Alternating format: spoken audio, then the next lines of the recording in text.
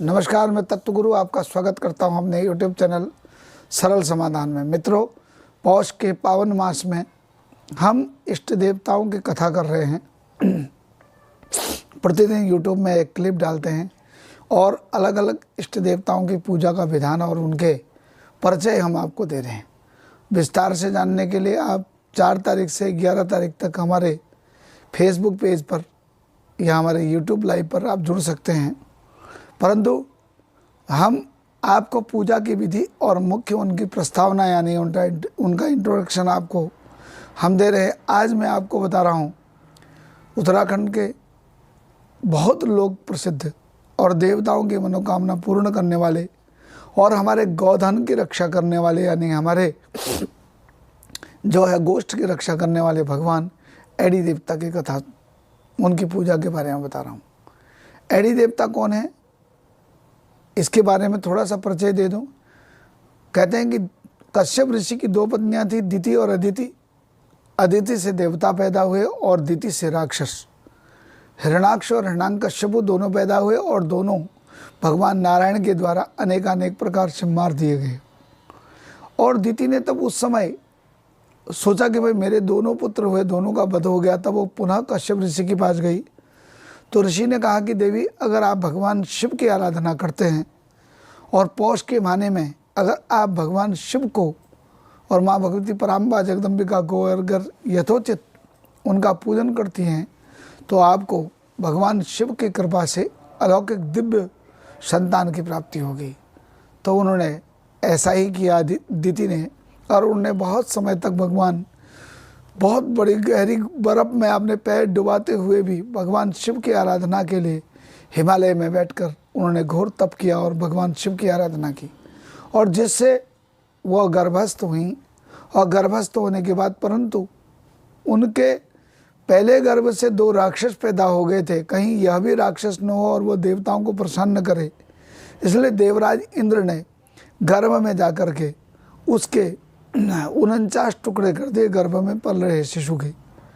चूँकि देवी दिति ने भगवान शिव महामृत्युंजय जी का घोर तप किया था इसी उत्तराखंड में पंचाचूली में बैठ कर के, तो तब उन्हें उनके जो 49 टुकड़े थे वो सभी के सभी जीवित और अलग अलग शिशु के रूप में उनके गर्भ में पलने लगे। और 10वें महीने में वो 49 स्वस्थ बच्चे उत्पन्न हुए।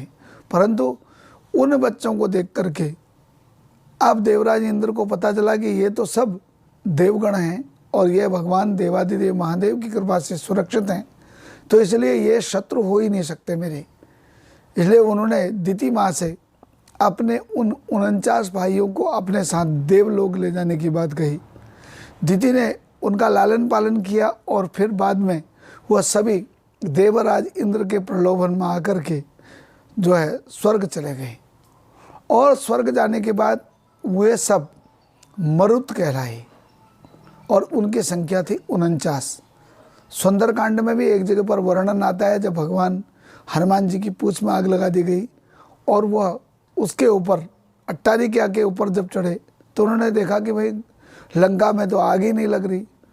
तो तब उस समय तुलसी बाबा ने बड़ा अच्छा एक दोहा लिखा है, हरि प्रेरित तेई अवसर चले मरुत उंच आकाश। तो कहते हैं कि उस समय भगवान हनुमान जी ने जब स्मरण किया ब्रह्मा जी का तो 49 मरुत लोग आए और उनकी पूंछ की अग्नि की सहायता लेकर के उन्होंने रावण की सोने की लंका को भस्मीभूत कर दिया।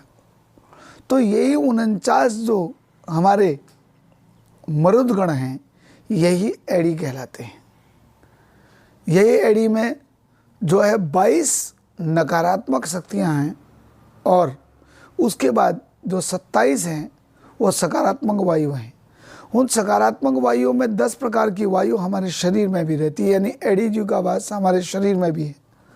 प्राण अपान उदान ब्यान समान, धनंजय कृगल देवदत्त, ये जो हमारी 10 प्रकार की प्राण वायु यानी 5 प्राण महावायु और 5 उपवायु जो हमारे शरीर में है, ये भी वही 27 अच्छे प्रकार की जो वायु हैं वो हैं। और जो 22 नकारात्मक प्रकार की आयु थी वो भगवान इंद्र देवता उनको प्रयोग करते हैं उन लोगों के लिए जो कि संसार में नियम धर्म को नहीं मानते, सनातन धर्म को नहीं मानते, और ऐसे लोगों को जो पैरालाइज यानी कि जो लकवा पड़ जाता है, उस लकवा के कारणभूत ये 22 प्रकार की वायु यानी 22 प्रकार के मरुदगण हैं। तो मित्रों, एडजू जो है वह इनके प्रतिनिधि देवता हैं, यानी कि एडी प्रतिनिधि देवता हैं, और प्रतिनिधि देवता होने से वो एडजू की जो आराधना करता है उनको सकारात्मक वायुओं का प्रभाव रहता है और नकारात्मक वायुएं उन्हें छूती नहीं हैं। और इस नकारात्मक वायु का सबसे ज़्यादा प्रभाव पड़ता है यदि आप रात्रि के समय अर्धनग्नावस्था में अगर आप किसी खिड़की के झरोके के नीचे या किसी दरवाजे के ठीक नीचे अगर सोते हैं तो आप पर नकारात्मक एडी वायु का प्रभाव हो सकता है। एडजू खुले बिना छत वाले क्या यानी कि मंदिर में रहते हैं, और एडजू का कलयुग में अवतार आस्तार से कथा के माध्यम से हमसे सुन सकते हैं।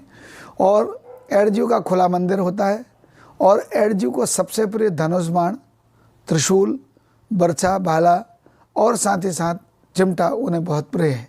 और इनका सबसे प्रसिद्ध देवस्थल जो है हमारे कुमाऊं में चंपावत के पास में पाया जाता है, एडदियो जिसे कहा जाता है। और उसी एडदियो से एक ज्योतिर्लिंग का पार्ट निकल करके फटक शिला के रूप में जो है चंपावत में दूसरी जगह पर भी स्थापित है। एडजू को रोडभेट के साथ दूध का भोग जरूर चढ़ाया जाता है, यानी कि दूध से बनने वाले पदार्थ खीर आदि एडजू को बहुत प्रिय हैं। और जिन लोगों के भी गाय बछियाँ होती हैं तो 22 दिन के बाद मंगल या शनिवार के दिन एडजू को जो है दूध चढ़ाया जाता है, और उसके बाद ही उस दूध को जूठा लगाया जाता है, यानी हम लोग खा सकते हैं।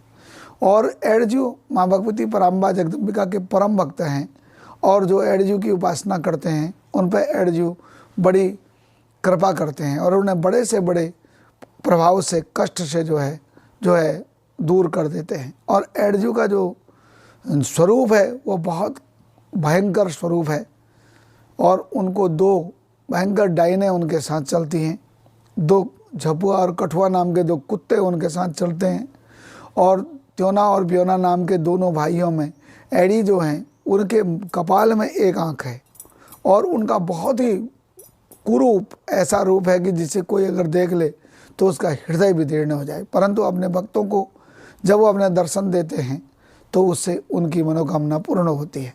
और क्योंकि शिव के अंश होने से, शिव के वरदान से प्राप्त होने से ये शिव के मुख्य गण हैं, इसीलिए शिव के सबसे भयंकर गणों में एक गण एडजू देवता भी हैं, और जिनके पास 49 प्रकार के मरुदगण रहते हैं। मित्रों, पुनः इसके विस्तार में जानने के लिए आप हमारी कथा से जुड़िए, और अगर आपको यह कथा अच्छी लगी है तो इसको शेयर कीजिए, लाइक कीजिए, और आपने अगर हमारा अभी तक चैनल सब्सक्राइब नहीं किया तो हमारा चैनल सब्सक्राइब कीजिए। और पुनः ऐसे ही हमारे लोक देवताओं की कथा लेकर पुनः अगले सत्र में आपसे मिलता हूँ। तब तक हर हर महादेव, नमस्कार।